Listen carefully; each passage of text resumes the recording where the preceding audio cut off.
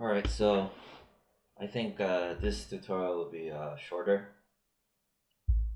Um, yeah, so far, what I got here is exactly from where we left off in the previous tutorial.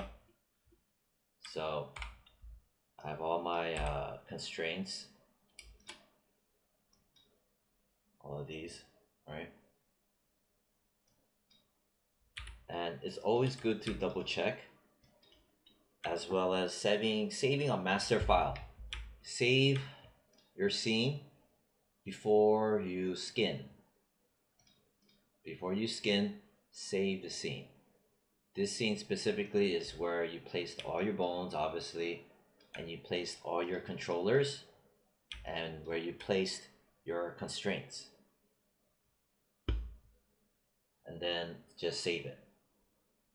Because and it gets unpredictable after you, let's say if you skin it, and then if you try to go and fix things up, and you go under skin, unbind, some of these constraints just don't work, and you have to redo a whole bunch of them or redo the entire constraints, all these constraints.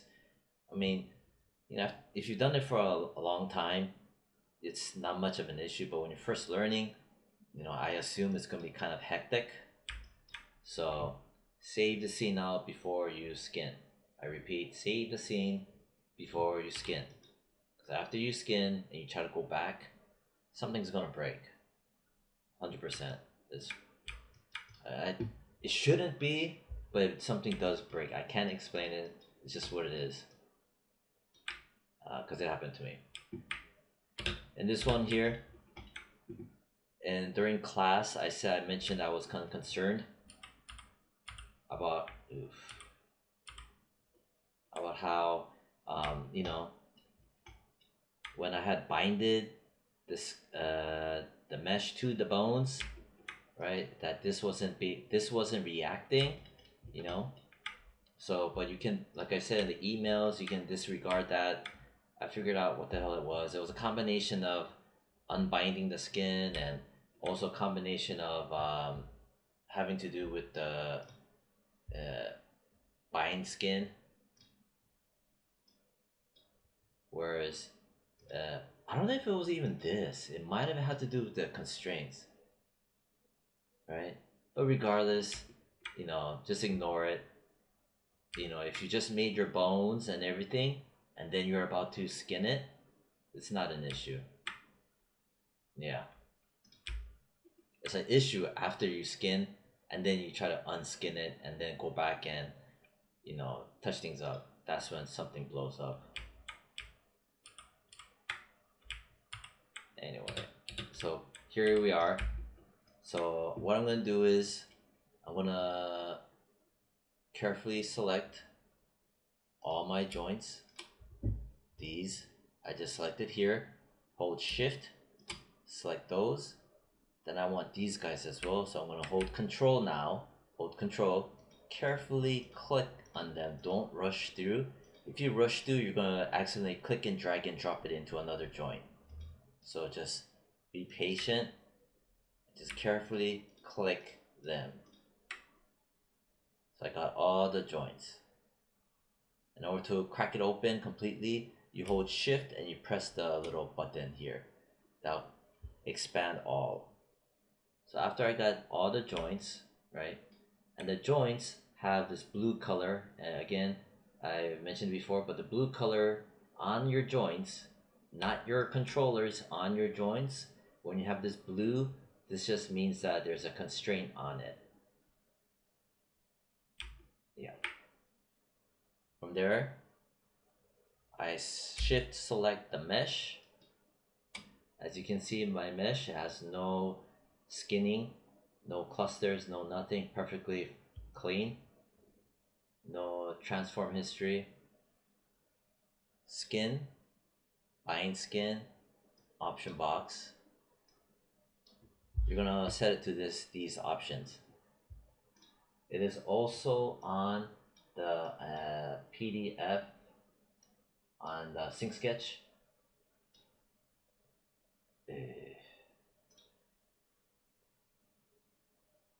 It's a version 1.6. It's the newest one. I've updated it this afternoon, right? And you'll notice,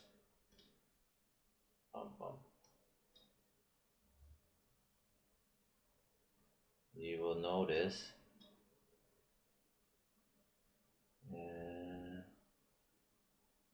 max influence to 4.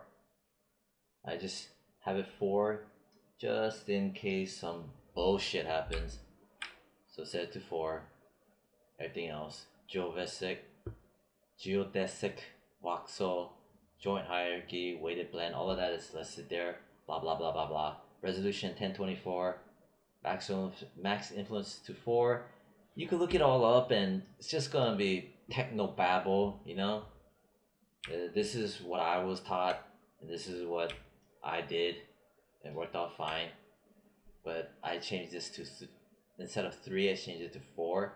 It's in the PDF, and it will make up for this issue, which I don't even know if that was an issue regarding the skin, or whatever.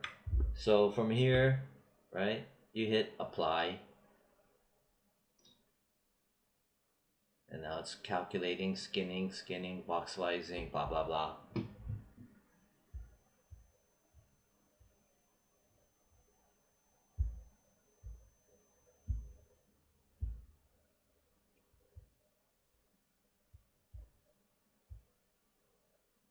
So I'm gonna pause the video for a bit. Alright, so it's done skinning. And when I select the mesh, you'll notice here, skin cluster 1. This means that it's been skinned to the bones in the mesh. Now, if I were to grab a controller, not the bones, but the controller, right, rotation. If I grab this one, I'm able to rotate and pull. So I'm gonna try rotate. There, see it works. And this. And you notice how kind of fugly it is. See this? That's not gonna be an issue. Thanks to the Delta Mush. Right, you see how stupid looking it is over here? All busted. That's not gonna be an issue after Delta Mush. And even over here, see all this crap? All this really just nasty, all that. Usually, like I said in class, you have to painstakingly paint it out, you know, vertex, a chunk of vertices to whichever point, ball, joint. And it's a nightmare, especially when you're first learning 3D. It's a freaking nightmare. But we don't have to deal with that, because we're gonna grab the mesh, and I'm gonna do a incremental save. Grab the mesh, deform, Delta Mush, option box.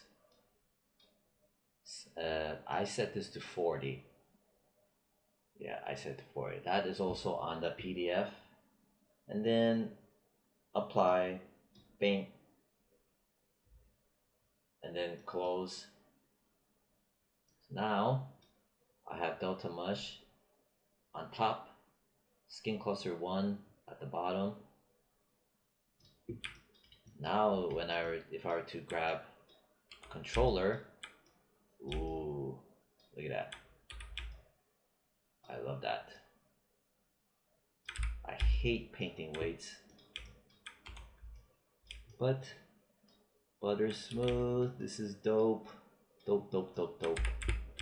And then I can grab this, since I had this set to parent constraint, which means I can pull on it and I can rotate it, right? So I can fake certain things. I can fake, like I can fake a squash, which I think I'll have a time to make a tutorial sometime today, maybe. And